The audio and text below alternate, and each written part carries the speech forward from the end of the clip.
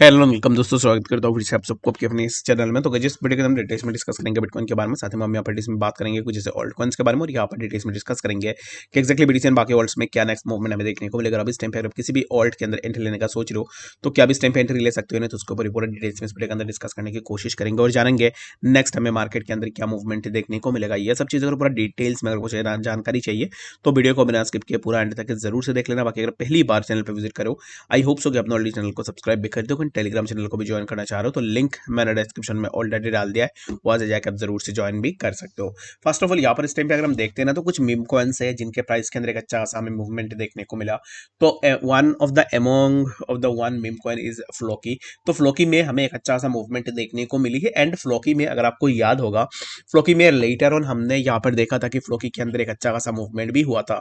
बाकी ये वीडियो बहुत ही ज्यादा इंपॉर्टेंट होने वाला है। अगर आप एक न्यू क्रिप्टो ट्रेडर हो या फिर अगर आप यहाँ पर बहुत पुराना ट्रेडर हो, ये चीज आप में से सभी लोगों को जाननी चाहिए मीम कॉइन्स के बारे में। बाकी वीडियो को पूरा एंड तक जरूर से देख लेना ताकि आपको चीजें इजीली समझ में आ जाए। तो इसके लिए मैं यहाँ पर स्पेशली मीम्स के ऊपर ही बात कर रहा हूँ। लोग तो यहाँ पर हाइप के लिए शिवा के ऊपर पहले बात कर रहे थे, बट अब इस टाइम पे देखोगे मार्केट के अंदर उसका हाइप नहीं है, फिर भी कोई भी यूट्यूबर इसके ऊपर बात नहीं कर रहा है। आई डोंट नो व्हाई, क्योंकि आप लोगों ने ही मार्केट में हाइप बनाया, आप लोगों ने ही रिटेल इन्वेस्टर को फंसाया पर्टिकुलर ट्रेड्स के अंदर, और अब इस टाइम पे आप खुद ही बात नहीं कर रहे हो। तो इसके लिए यहाँ पर मैं आपको कुछ चीजें यहाँ पर बताऊंगा मीम कॉइन्स के बारे में, जो हो सकता है कि आपके लिए बहुत ज्यादा हेल्पफुल हो जाए।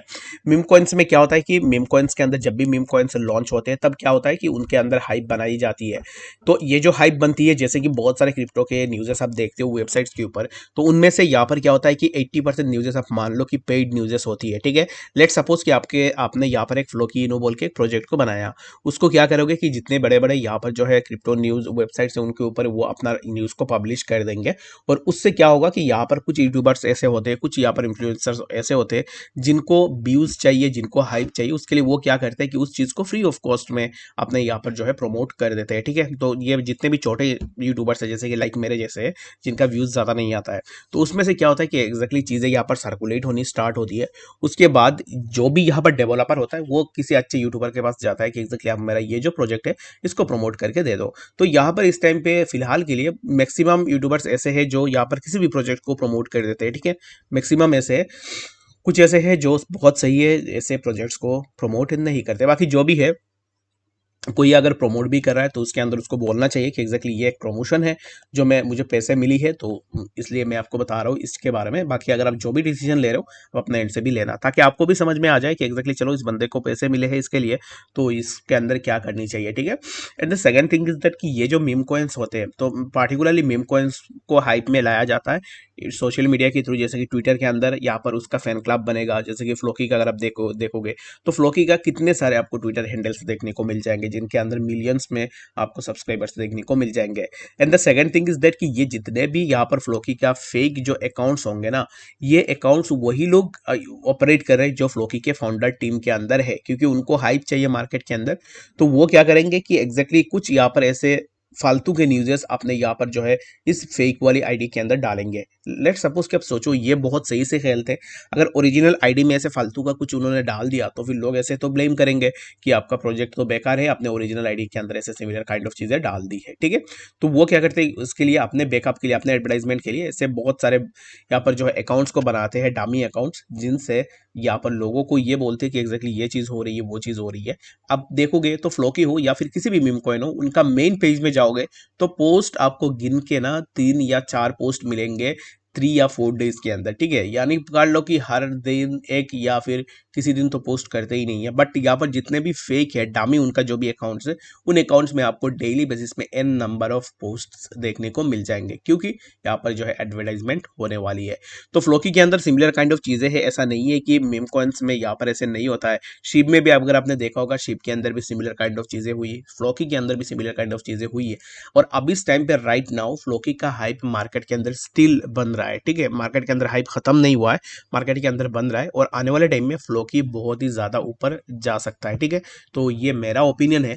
आपका क्या ओपिनियन है इस चीज को लेकर, आप मुझे कमेंट सेक्शन में जरूर से बताना कि एग्जैक्टली आप क्या सोच रहे हो। ठीक है, the second thing is that कि मीम कॉइन से आप बहुत अच्छा खासा यहाँ पर प्रॉफिट बना सकते हो। ऐसा नहीं है कि मीम कॉइन से आप कोई भी प्रॉफिट नहीं बना सकते हो, मीम कॉइन से आप प्रॉफिट बना सकते हो। ओनली आपको क्या करनी है कि चीज़ों को इजीली समझना है कि एग्जैक्टली काम कैसे कर रही है। उस चीज़ को अगर आप पकड़ लेते हो तो फिर आप इजीली यहाँ से प्रॉफिट कमाओगे, कोई भी आपको नहीं रोक पाएगा, ठीक है। Second important thing about the meme coin is that कि मीम कॉइन में जब भी पैसे लगाओ उन्हीं पैसों को लगाओ जो आपसे कोई ले भी ले, उसमें आपको कोई भी फर्क ना पड़े, ठीक है। And the most important thing is that कि ऐसे मीम्स को मत परचेज करना जो मीम्स यहाँ पर सिर्फ डेक्स के अंदर आपको मिल रहा है, किसी भी एक्सचेंजेस के अंदर नहीं है, ठीक है।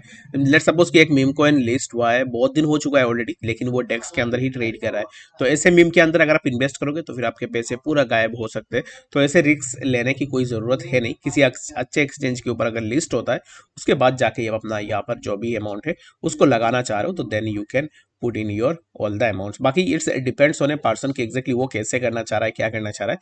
I am just sharing my own opinion and thoughts, बाकी it depends on person to person कि एग्जैक्टली कोई क्या करना चाह रहा है, ठीक है। तो बात करते हैं यहाँ पर बैंड के बारे में। तो बैंड के ऊपर मैंने बहुत सारे ट्रेड्स लिए, बैंड के अंदर मैंने प्रॉफिट भी किए। तो अब इस टाइम पे राइट नाउ हमें बैंड देखने को मिला है 1.3935 के आसपास। एंड बैंड की में ऑलरेडी क्या है ना कि ऑलरेडी यहाँ से हमें ड्रॉप डाउन देखने को मिला है। एंड मैंने बैंड से बहुत अच्छा खासा ऑलरेडी प्रॉफिट भी लेके रखा हुआ है, 5x लीवरेज के साथ मैंने अपना ट्रेड को रखा हुआ है। तो यहाँ पर मैं वेट करूंगा, इस ट्रेड को मैं क्लोज नहीं करूंगा। बाकी यहाँ पर जितने भी लोग यहाँ पर रिस्क नहीं लेना चाहते, अगर आपने ज़्यादा लीवरेज ले लिए तो फिर आप अगर आप यहाँ पर जो है अपने ट्रेड को क्लोज करना चाह रहे हो तो फॉर श्योर आप जाके आप इस टाइम पे अपना ट्रेड को भी क्लोज करके निकल सकते हो, ठीक है।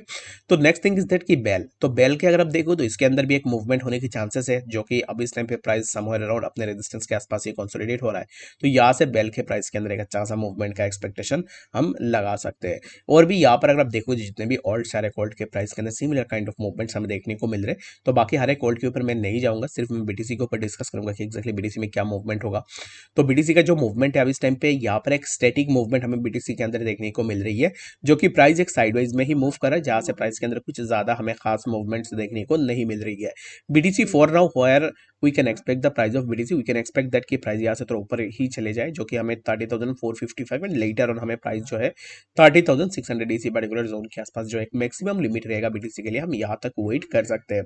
For now what we can see in BTC price is that कि प्राइस अब इस टाइम पे जितना टाइम हो रहा है उतना स्ट्रॉन्ग हो रहा है, बट यहाँ पर ये जो मूवमेंट हो रही है ये मूवमेंट बहुत ही जल्द खत्म होगा, वो मैं आपको यहाँ पर दावे के साथ बोल सकता हूँ। जो कि अब इस टाइम पे फॉर नाउ मेरा एक्सपेक्टेशन यही है कि प्राइस अगर इसी जोन के मैक्सिमम प्राइस का जो यहाँ पर मूवमेंट होगा दिस जोन जो कि 30,642 एंड लेटर यहाँ से रिजेक्शन लेने के बाद हमें प्राइस में ड्रॉप डाउन देखने को मिलेगा।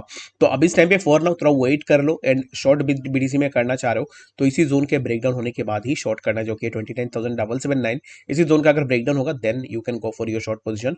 और जब तक प्राइस इसी जोन के अब कंसोलिडेट कर रहा है, इसी जोन के अब ट्रेड कर रहा है, तब तक आप कोई भी शॉर्ट पोजीशन यहाँ पर ओपन नहीं कर सकते हो। आई होप कि आपको यहाँ पर डिटेल्स में बातें समझ में आ गई होगी कि एक्जैक्टली मार्केट में क्या नेक्स्ट मूवमेंट हमें देखने को मिलेगा।